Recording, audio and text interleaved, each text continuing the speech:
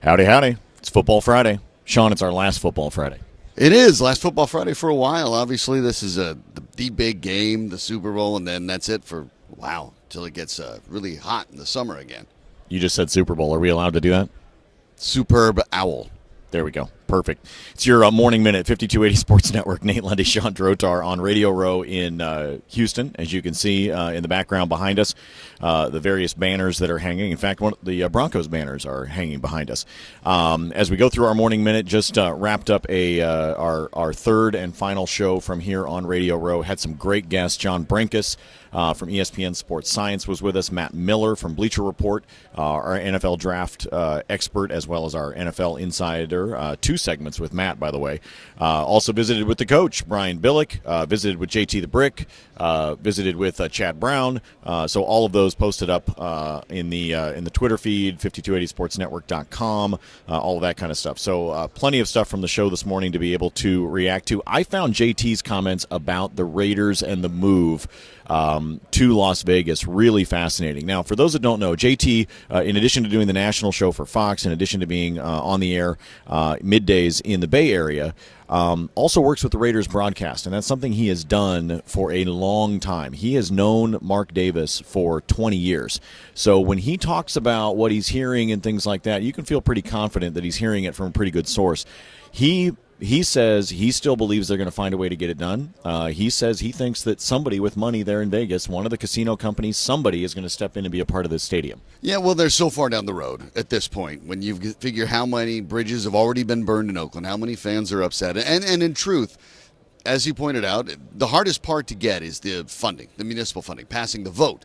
They've passed the vote in Las Vegas, and even though people, I think, are frustrated there, they've passed that vote. That money is coming. Now the catch is finding the money in other places. Now, you and I can't go ask people for $650 million, but NFL teams can, and they don't necessarily need one guy to do it. They had one guy in Sheldon Adelson.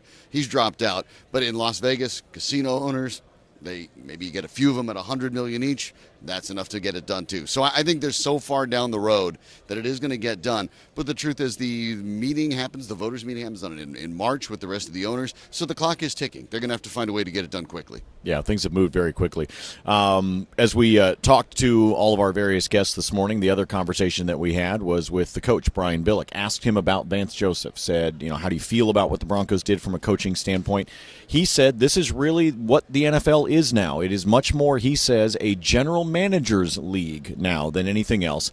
Being able to have the coach say, you coach, we'll worry about the cap, we'll worry about the personnel, we'll worry about this, that, and the other thing, and that's the way that it is. And so for him, he says there's no reason to believe that Vance Joseph can't be successful because the way that John Elway is doing things is very much the way the NFL is now. Yeah, and that's something we've talked about. We've talked about this ever since Vance Joseph was hired, that to a certain extent, this is a consolidation of power under John Elway. I mean, that's basically what this is. He can bring in his guys. He's doing it his way.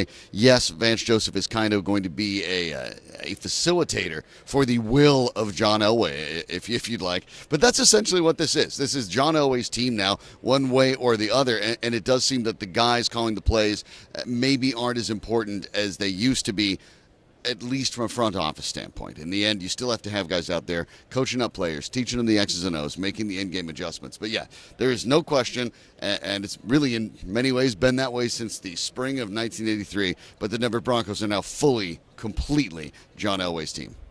At the will of John Elway? Makes it sound like one of those scenes out of Star Wars. All right, Darth Vader's just like putting the death grip on somebody, but he's doing it from a distance. Okay. Spock with the pinch. I don't know. It's the will of John Elway.